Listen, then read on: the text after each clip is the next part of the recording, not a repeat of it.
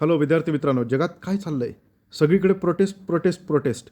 नेपाळमध्ये लोक रस्त्यावरती उतरले सरकारच्या विरोधात. दुसरीकडे फ्रान्समध्ये सुद्धा लोक सरकारच्या विरोधात रस्त्यावरती आलेले आहे. जवळपास 2.5 लाख लोकांनी प्रोटेस्ट करायला सुरुवात केली आहे. याचं कारण काय आहे? याचं कारण आहे की फ्रान्सचे जे माजी प्रधानमंत्री होते, ज्यांचं नाव होतं बायरो, त्यांनी 44 अब्ज युरोची जी कपात आहे ती तिथल्या सार्वजनिक खर्चामध्ये केलेली आहे, ज्यामध्ये पेन्शनसुद्धा आहे आणि आरोग्य किंवा इतर ज्या महत्त्वाच्या सर्व्हिसेस आहे ज्या लोकांना मिळतात त्याच्यामध्ये कपातीचं धोरण जे आहे ते त्यांनी अवलंबलेलं आहे. त्यांच्या विरोधात अविश्वास प्रस्ताव दाखल झाला, त्यांना पदावरून दूर करण्यात आलं. त्यांच्या जागी लेकोर्नू नावाच्या नवीन व्यक्तीला प्रधानमंत्रीपदी बसवण्यात आलं.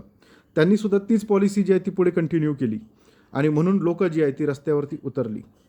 ही जी प्रोटेस्ट आहे, या प्रोटेस्टला ब्लॉक एव्हरीथिंग या नावाने ओळखलं जातं, ज्यामध्ये लोकांची मागणी आहे की तुम्ही ही जी खर्च कपात आहे ती करू नका, त्यामुळे आमच्या जीवनावरती त्याचा इम्पॅक्ट होणार आहे.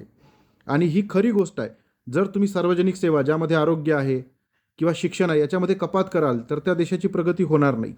त्यामुळे त्या देशातला शिक्षक, वकील, पत्रकार, आरोग्य कर्मचारी, सार्वजनिक सेवांमधले कर्मचारी हे रस्त्यावरती उतरलेले आहे. आणि येणारी जी 18 सप्टेंबर ही तारीख आहे ती त्यांनी सरकारला डेडलाईन दिली आहे की तुम्ही हे जे आहे कपात ती मागे घ्या, नाहीतर आम्ही संपूर्ण बंद जो आहे तो पाळू. आता इथून पुढची जी परिस्थिती आहे ती नेमकी काय असेल याच्यावरती आपण लक्ष ठेवूया आणि फ्रान्स सरकार जे आहे ते काय भूमिका घेणार आहे ते बघूया. विद्यार्थी मित्रांनो, हा जो व्हिडिओ आहे तो तुम्हाला कसा वाटला मला कमेंट बॉक्समध्ये नक्की सांगा. लाईक करा आणि आपल्या चॅनलला नक्की सबस्क्राईब करा, जेणेकरून तुम्हाला असेच माहितीपूर्ण व्हिडिओ हे नक्की पाहायला मिळेल. धन्यवाद.